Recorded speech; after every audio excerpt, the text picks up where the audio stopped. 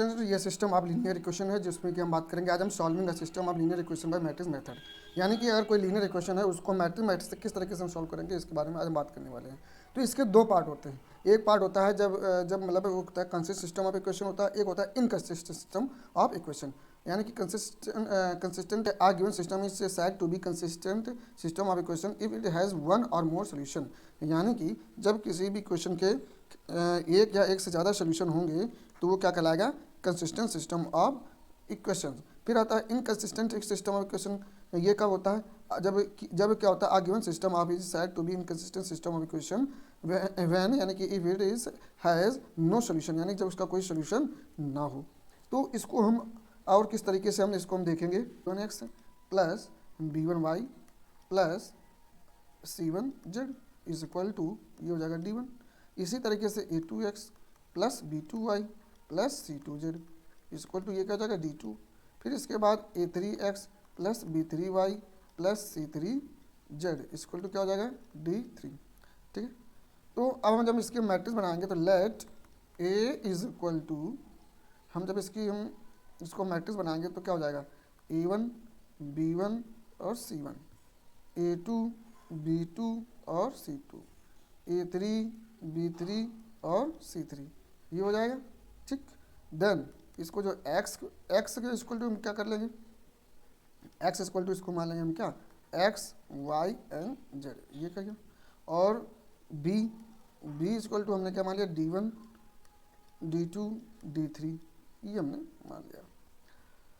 अब इसको हम किस तरीके से हम लिख सकते हैं, इसको हम और किस तरीके से हम लिख सकते हैं। नाउ इसको जब हम एक साथ, ये हमारा क्या था, ये x था, ये x था और ये b था, यानी कि ax इक्वल टू क्या हो जाएगा, b हो जाएगा। हो गया,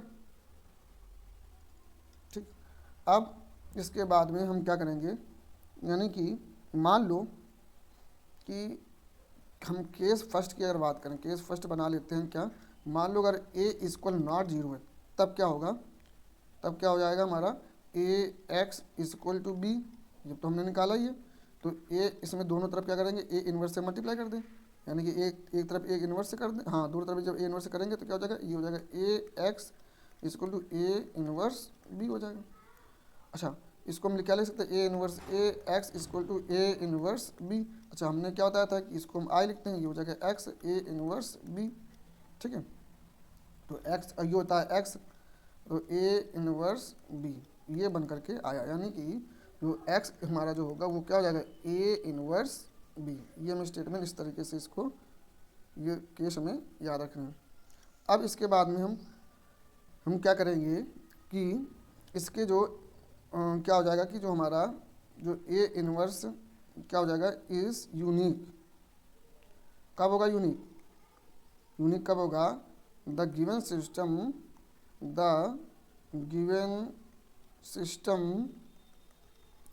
system has a unique solution, यानी कि इसके क्या होंगे, यूनिक सोल्यूशन भी होंगे। ठीक, जब यूनिक सोल्यूशन होंगे तो क्या हो जाएगा, determinant A is equal not zero. ठीक है, टू में तो केस टू कहता है क्या, when determinant A is equal to zero and हमारा जो एडजॉइंट होगा, एडजॉइंट जो होगा हमारा a into B is equal to not zero. ठीक, तो in this case given system no solution and hence it is consistent, यानी कि इसमें इस तरीके जब केस आएगा तो इसमें क्या हो जाएगा, नो सोल्यूशन होगा। क्या होगा, नो सोल्यूशन, यानी कि इसका कोई सोल्यूशन नहीं होगा। एंड और ये कैसी इक्वेशन बनेगी, ये बनेगी इनकंसिस्टेंट बनेगी। ठीक है, इनकंसिस्टेंट हमने क्या बताया था, इनकंसिस्टेंट यानी कि जब क्या हो उसका, जब कोई सोल्यूशन ना हो तो उसको हम वो क्या बोलते हैं, इनकंसिस्टेंट सिस्टम ऑफ इक्वेशन। ठीक, अब केस थ्री में आ जाओ। केस थर्ड क्या कहता है, केस थर्ड कहता है कि when a is equal to zero and adjoint a into B is equal to zero, जब ऐसा होगा तो क्या हो जाएगा, इसके क्या होंगे, इन्फिनिटली मेनी सोल्यूशन हो जाएंगे। यानी कि जब इक्वल टू जीरो हो गया तो क्या हो जाएगा, ये मेनी सॉल्यूशन हो जाएंगे, मेनी सॉल्यूशंस, यानी कि तब ये क्या कहलाएगा हमारा कंसिस्टेंस कहलाया जाएगा। ठीक है, क्या कहलाएगा, कंसिस्टेंट, है ना। तो ये आपके सारे केस हैं। क्वेश्चन कह रहा है कि use matrix method to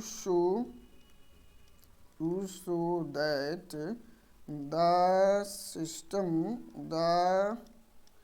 system of equations.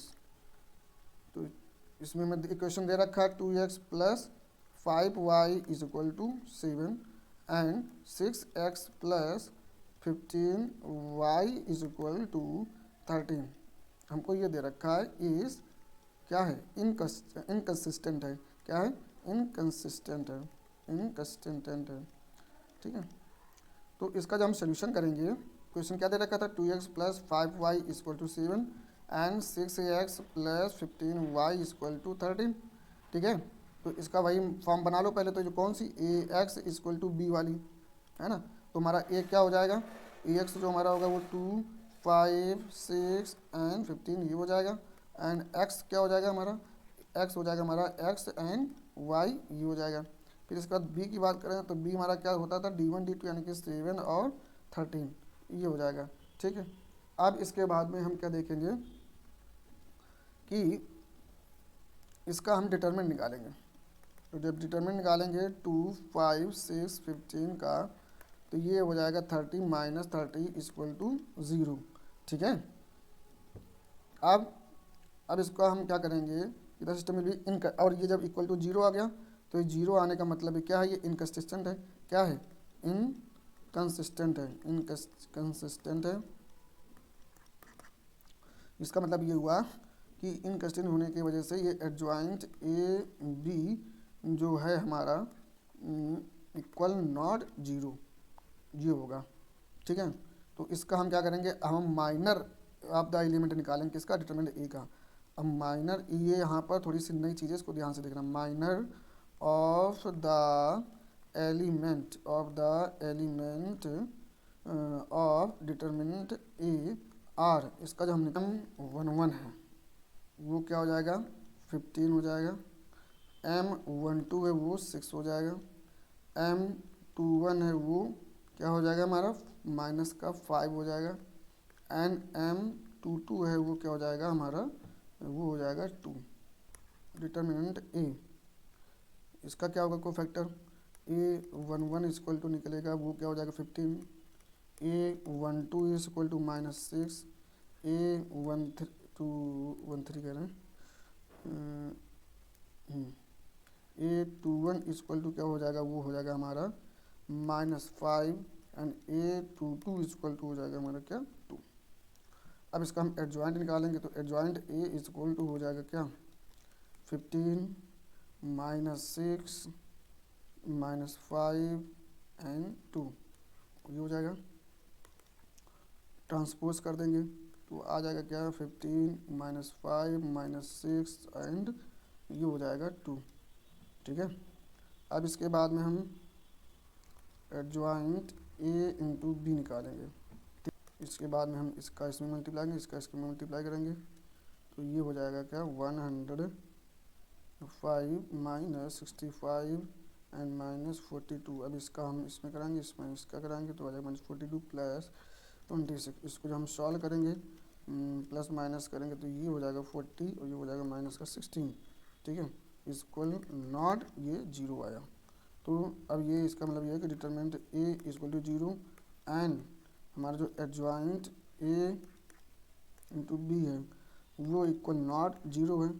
तो इसका मतलब ये हुआ कि जो ये इक्वेशन जो दी गई है वो क्या होगा, इनकंसिस्टेंट होगा। यानी कि इनकंसिस्टेंट कब होगा, जब हमारा adjoint A B equal not 0 हो, तो क्या हो जाएगा, इनकंसिस्टेंट हो जाएगा, जिसके कि नो सोल्यूशन होंगे। ठीक है, यानी कि इसको हम लिख देंगे क्या, the given system of equation inconsistent ठीक है, ये बनेगा जा करके। ठीक, अब इसी तरीके से हम अगला क्वेश्चन करेंगे। तो अगला जो क्वेश्चन कह रहा है वो क्या कह रहा है, हमसे क्वेश्चन कह रहा है कि use matrix method to so that the following system of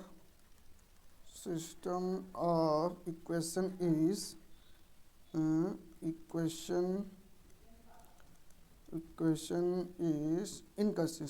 inconsistent का मतलब हुआ कि जो नो सोल्यूशन होगा तब ये इस तरीके की सिस्टम बनता है। तो 3x minus y plus 2z equal to 3 दे रखा है ना, और 2x plus y plus 3z equal to 5 ये दे रखा है ना। x minus 2y minus z equal to ये हमें 1 दे रखा है।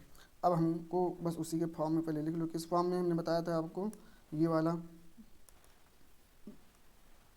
कौन सा, ए एक्स इक्वल टू बी के फॉर्म में। ठीक है, तो जब हम इसको हम लिखेंगे तो ये हो जाएगा क्या हमारा, ए इक्वल टू होगा क्या 3 हो जाएगा, और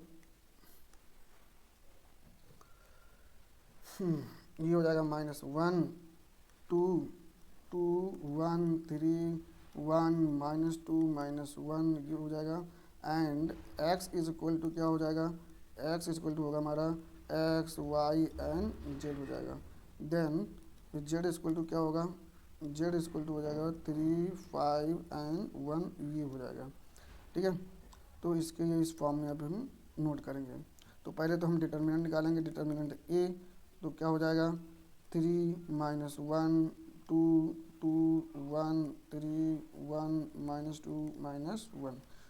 तो इसका जब हम डिटर्मिनेंट निकालेंगे तो हमारा जो बनेगा क्या 3 × -1 + 6 हो जाएगा। ये भाई माइनस प्लस में माइनस हो जाएगा, और ये माइनस प्लस हो जाएगा, 3 2 6 हो जाएगा। अब +1 ये करेंगे तो इसमें ये और ये कैंसिल हो जाएगा, तो ये हो जाएगा -2 और ये -3 और -2 ये करेंगे तो ये और ये कैंसिल हो जाएगा, तो आ जाएगा -4 और -1। तो इसको जब हम सॉल्व करेंगे तो ये सीधे सीधे हमारा आ जाएगा कितना 15 -5 -10। अब इसको जब हम सॉल्व करेंगे तो ये 15 - 15 हो जाएगा क्या 0। तो इसका मतलब ये क्या हुआ कि adjoint A into B equal to not 0। तब क्या होना, तब होगा कि हमारा क्या इनकंसिस्टेंट। तो इसको हम अभी देखना पड़ेगा, तो इनकंसिस्टेंट लिख देंगे। ठीक है, तो इसके लिए पहले तो हम क्या निकालेंगे माइनर, तो minors of the element of determinant are क्या हो जाएगा हमारा जो M11 है, M11 जो है वो हमारा क्या होगा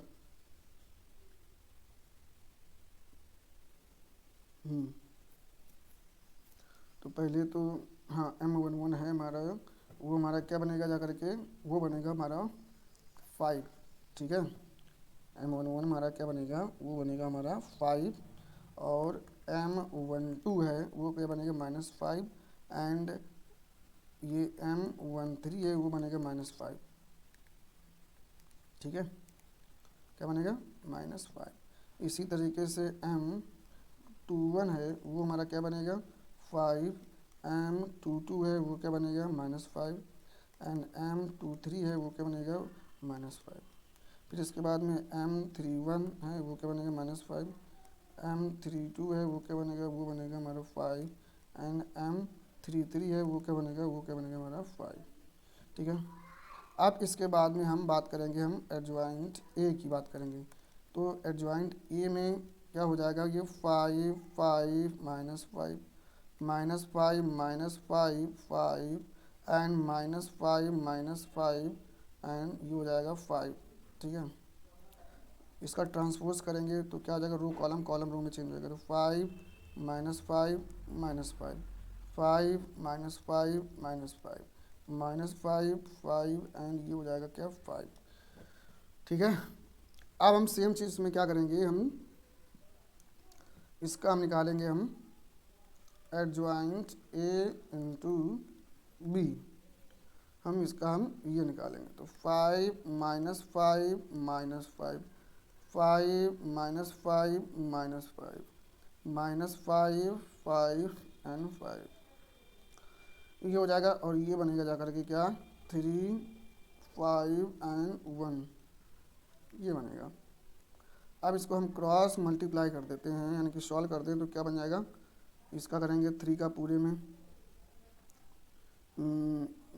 इस पूरे में हम 3 का मल्टीप्लाई करेंगे तो हो जाएगा कहते 5 इंटू 3, फिर इसका 5 का इसमें कराएंगे तो हो जाएगा हमारा क्या +-5 इंटू 5 +-5 इंटू 1, फिर इसके बाद में 5 इंटू 3 +-5 इंटू 5 +-5 इंटू 1, फिर इसके बाद में आ जाएगा -5 इंटू 3 और +5 इंटू 5 +5 इंटू 1, ये हो जाएगा।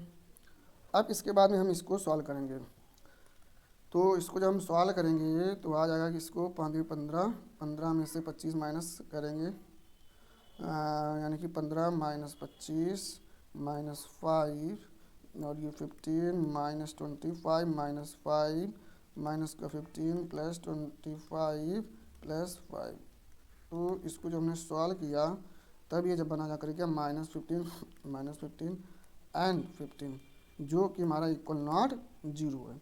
अब हमने आपको कंडीशन क्या बताई थी कि जो डिटरमिनेंट ए हमारा 0 है and adjoint A into B equal not 0 है। इसका मतलब ये क्या हुआ कि ये इनकंसिस्टेंट है, और हमें यही बताना था क्या है, इनकंसिस्टेंट है। ठीक है, ये हमारा आ गया क्या आंसर या प्रूविंग। ठीक, अब इसी के साथ में हम नेक्स्ट वीडियो में मिलते हैं, तब तक के लिए जय हिंद, वंदे मातरम, भारत माता की जय।